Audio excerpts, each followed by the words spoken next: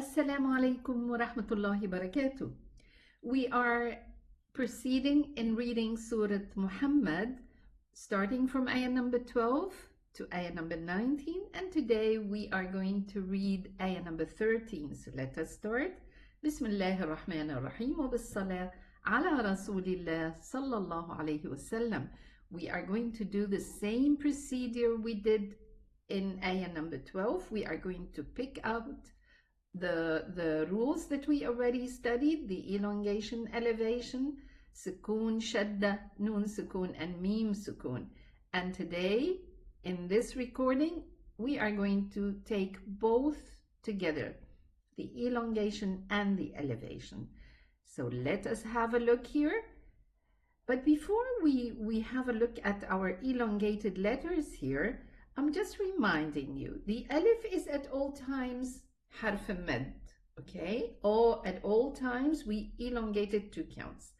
And then if any of those 3 letters, the waw sukoon with a dhamma, the ya sukoon with a kasra, if any of these 3 letters came after the hamza, then we are going to extra elongate it 4 counts. We can elongate it 4 and 5 counts, but we are going to elongate it 4 counts because this is more easier and feasible to everybody who is reading.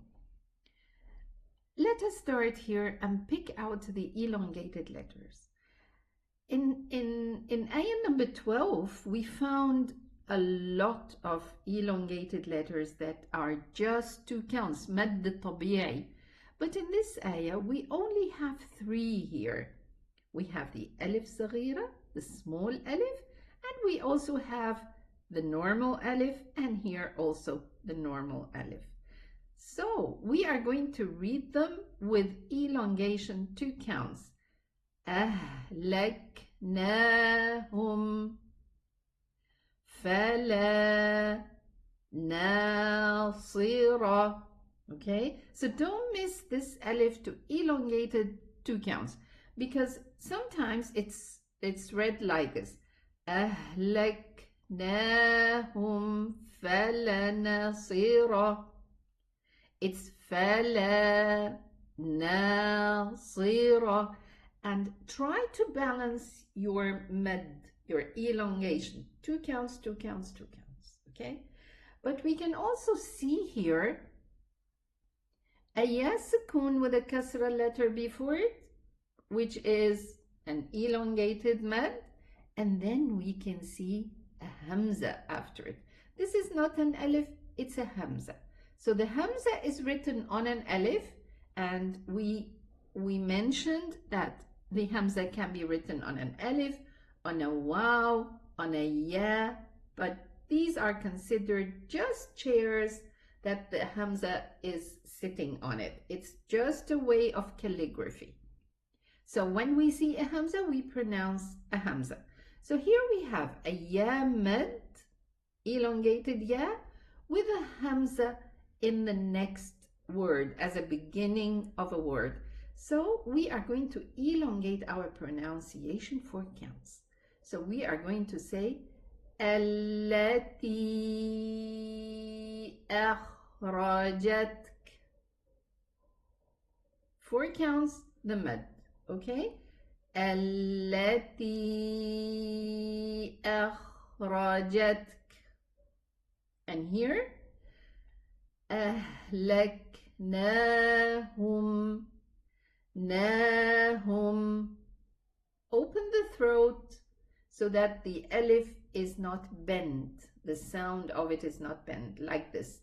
Ne. It is nahum. فَلَا نَاصِرَ لَهُمْ. Okay? Now let us move to the elevated letters in the same ayah. This is the same ayah. We are just moving to pick out a new rule. And this rule is the elevation. Now let us have a look. Just as a reminder, these are the elevated letters at all times. And the ra, fatha, ra, dhamma is elevated, and the lam in the name of Allah if there's a fatha or a dhamma coming before it. We're going to pick out the elevated letters. Now here we can see a qaf, fatha. The qaf is at all times elevated if it has a fatha or a dhamma or a kasra. But when it has a fatha, it is a high level of elevation. Okay, we're going to take this more in the Tajweed rules, but just remember, if it has a fatha, then it's pronounced qa, qa.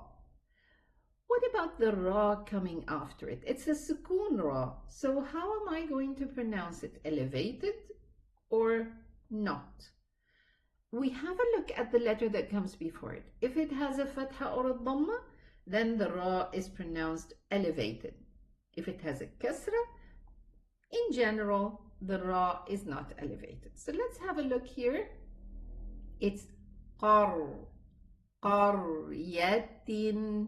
Okay, so first of all, don't pronounce the qaf as a kaf. Don't say karya, ka. It's not a ka. And the ra is elevated. Qa, qaryatin. Remember that the ra sukoon is one of the letters of lean. Okay, the in-between letters. So it needs just a little bit of time to run, the sound of it to run. Okay. And it has something called, as a character, called inhiraf, deviation. And this, you will find, all these things, you will find it in the playlist, Articulations and Characteristics. It's quite interesting to study them. I advise everybody to go to the playlist, Articulations and Characteristics, and start this program, this course, because it's really helpful. Now, let us read this. قَرْيَةٍ مِنْ قَرْيَةٍ. Let's move forward. We have another qaf with a dhamma, so it's pronounced qu. أَشَدُّ قُوَّةً قُوَّةً. Okay, elevate the qaf. And to elevate the qaf is to pronounce it properly from its place where it should be pronounced. So it is from the furthermost part of the tongue, the inside, the most inside part of the tongue, the qa, and then a little bit in front, the ka. So we say qa, ka, qa, ka. And then here also we have a qaf with a ra sukoon, the same as this one. So we say qaryatika.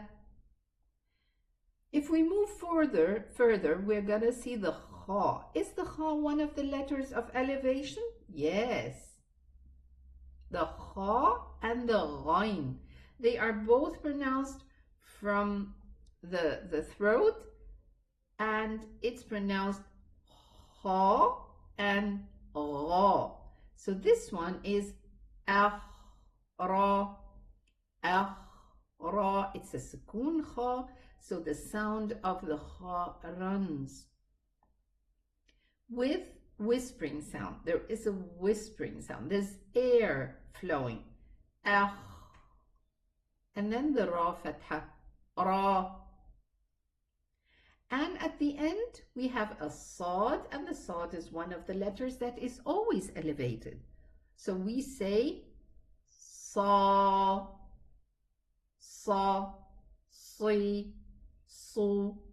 So here we say nasira, and the ra is elevated also. I have a question here because this is a common mistake. Is the noon elevated or the alif? No, it's not one of the letters that is elevated at any time. So don't say fala ma, ma, just getting ready to the sad elevated letter and the ra. Okay, don't say na.